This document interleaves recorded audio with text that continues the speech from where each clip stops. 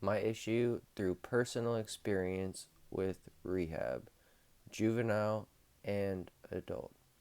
I figured that I would give my 2 cents on this because I have programmed in both types of programs, so I can at least give my perspective on both and problems that I have with both of them. So, real quick, if you're here, thank you. If you're new, welcome. Appreciate everybody coming to my channel. I just can't express that enough, and it helps keep me going to keep making these videos. So shout out to all of you guys, and if you could subscribe, that's the only thing I ask. So let's get it. So my the first and like the juvenile rehab, that's a lot easier to pinpoint. Okay, first of all, if you're gonna throw your kid into a rehab and they're like less than the age of 18 years old, like in high school age, like, yeah, of course it's important to try to talk to them, care about them, and everything like that. But when they don't want it themselves, and then you're sending a whole like you're sending your kid there with that attitude, someone else might be sending their kid with that attitude, and then all of a sudden you're setting your kid into this situation that now they're going to be surrounded by a bunch of kids that are kind of have the same mindset, that's kind of like fuck the system type shit. And like you're basically, it's like when someone goes to jail or prison and like a they steal like fucking wallets or purses, and then they come out and they know how to crack a safe now or something like that because they were celled up. Some of the craziest shit has happened from people being celled up with other people. Boston George, for example, and Carlos later. Just gonna throw it out there. So, like, it's just an environment. Like, I'll give myself up as an example. When I went to rehab, I was 15 years old. Okay, like, what do kids do in school when they have like a test or whatever? I know not everywhere, but they try to cheat. They look on their phones, they look on their papers, they come up with little ways, they write shit down on their hands. Like, they're always looking to cut a corner. They're always looking to not do the work. You know what I mean? So like when you're throwing them into that rehab like environment, and it's kind of like they have that similar mindset, but then you're throwing this like more like heavier thing onto their plate, like they still treat it the same. Like I know I did. And another thing too with it is, like, for me example, I smoked weed, I took some Xanax, and I took ecstasy a couple times. That was it.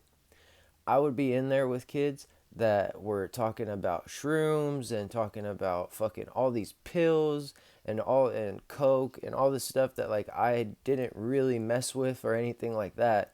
And I was around people from different areas who had more money, so there was opportunities where like I almost caught a trafficking charge just by being there, and I got very fortunate. I didn't get charged with that. They had the proof, they had fucking everything, but somehow I slid out of that one. And it's just like you could never have heard of something or try something in your life and then meet someone at rehab and then all of a sudden go down a completely different path. And the other part of it is even for the people that are following the rules, the kids, they're trying to find other ways to get high. Like, me again as an example, the first time I did acid, I was in rehab.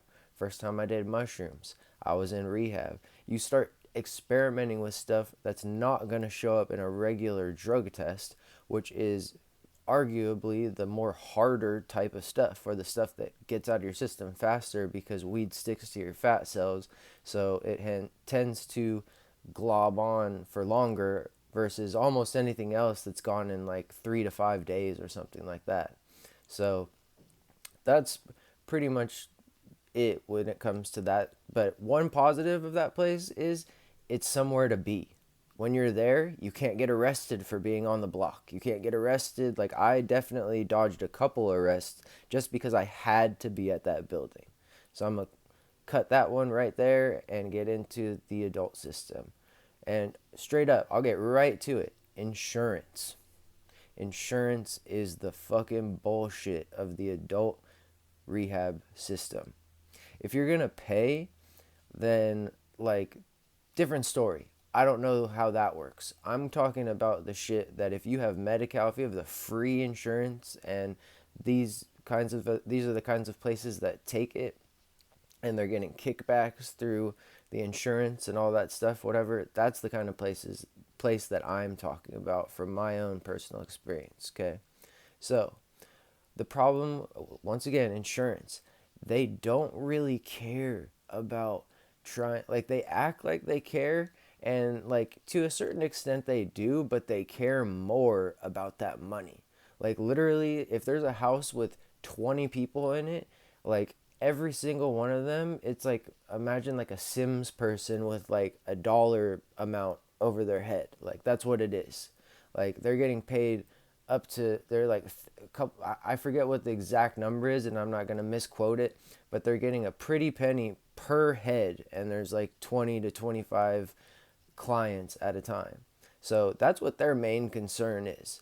They'll try to tell you, oh, this, oh, that, and I'll give you an example of that a little bit later. But a different issue that I have with it for sure is there's a system called the Big Brother, Little Brother system. And some people might know it if you've been into the program or whatever.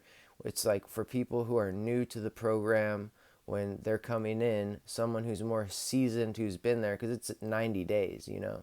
So you get paired up kind of with someone to where when you're doing the work and programming, you kind of can like bounce ideas off of them, and they've been there for a minute, so they're supposed to be like, oh yeah, you can, like, that's right, or you should rewrite this or whatever if you're doing work or something. So that's the purpose of it. Okay, so while I was there, I not only was something called, I'm not going to name it, but I was the person who, I had a walkie-talkie, and I had all this extra responsibility to go around. They'd be like, we need to see Joey Mendez or whatever, and I would have to go and find him and say, your counselor wants to talk to you and whatever, and I had to go and run around. I had all these extra responsibilities and stuff like that. So like, not only was I doing that, was I got given a little brother that was in his 60s. Like, legitimately, he was like 63 years old. And this guy, like, we write, like, you do a lot of writing in rehab, and all you had to do was write like letters that had to be like a page long.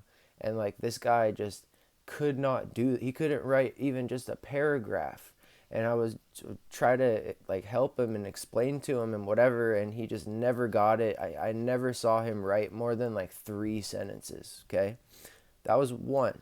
Then another guy comes and is part of my group, and my counselor says, hey, can you be his big brother too? And I'm already struggling with the first one and balancing my other responsibilities. But I'm like, whatever, because she saved me from getting kicked out. So I was like, fine.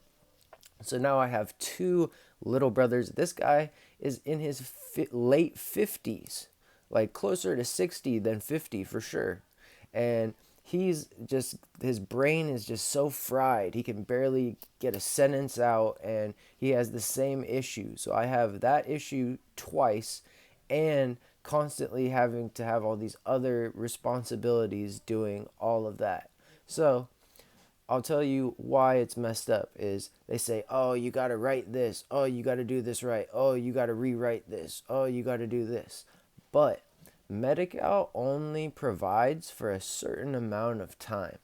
So it doesn't matter if you do a good letter or a bad letter or don't do a letter at all. When you're there for 90 days. That's how long Medi-Cal approves for. And on that 90th day, you're getting kicked out. Not kicked out, but like you're getting graduating or whatever the fuck they want to call it.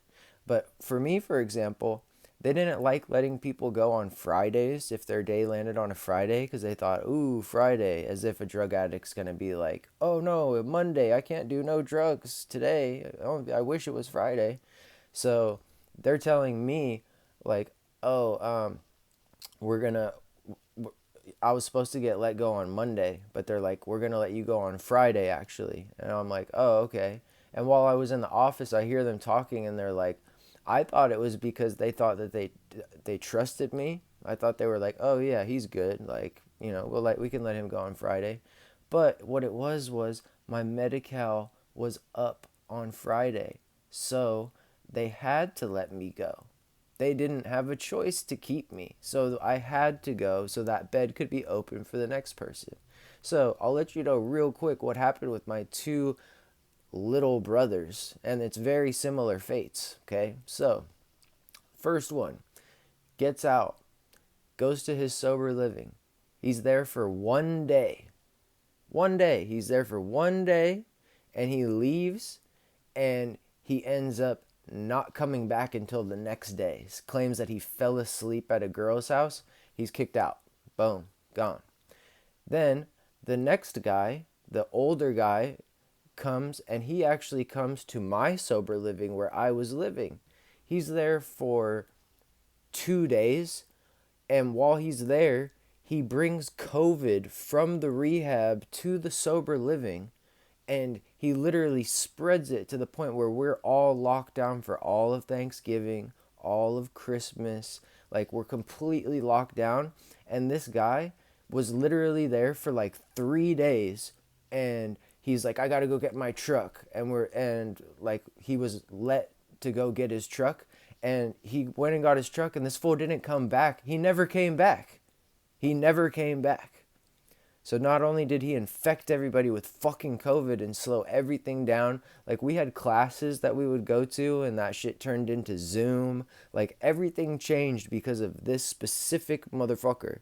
And he came to my house, spreaded that shit, and then was gone in less than a week and never came back. And we were like, every day, like, he was getting called, like, yo, you gotta come pick up your stuff, yo, you gotta come back. And he just never came back. And so that's what I'm saying. They let those people go. They let those people go. Those people graduated the program, and they didn't even write one letter. They didn't do anything right. It was just that their Medi-Cal was up, and they had squeezed them dry of all their available funds that they could. So they had no choice but to graduate them. But in reality, anybody who would have had one conversation with either one of those dudes would have been like, yeah, these guys are not ready for the world right now. Like, they've literally just been here. Some people do that, though. They go to a rehab just for, food, 3 meals a day, and a roof over their head or whatever. Like, I've seen it. So it's unfortunate that people in positions like that don't care more, that they're more focused on the money than the help. And it's kind of like teaching. I've seen that from personal perspective too. I wish there were more teachers out there that gave a fuck, because it makes me want to be a teacher that gives a fuck, because they are out there, but they're just sprinkled in between the thick layer of teachers that don't give a fuck, and that overshadows the ones that do. And it really sucks. It sucks to want to do your job and be considered going against the grain. Trust and believe, I know that, and I actually lost my job, the last one I had, because of some shit like that. So anyways, sorry this one's a little long, but it's a little more depth. So hope you guys enjoy it, and I hope you guys have a nice day. Peace.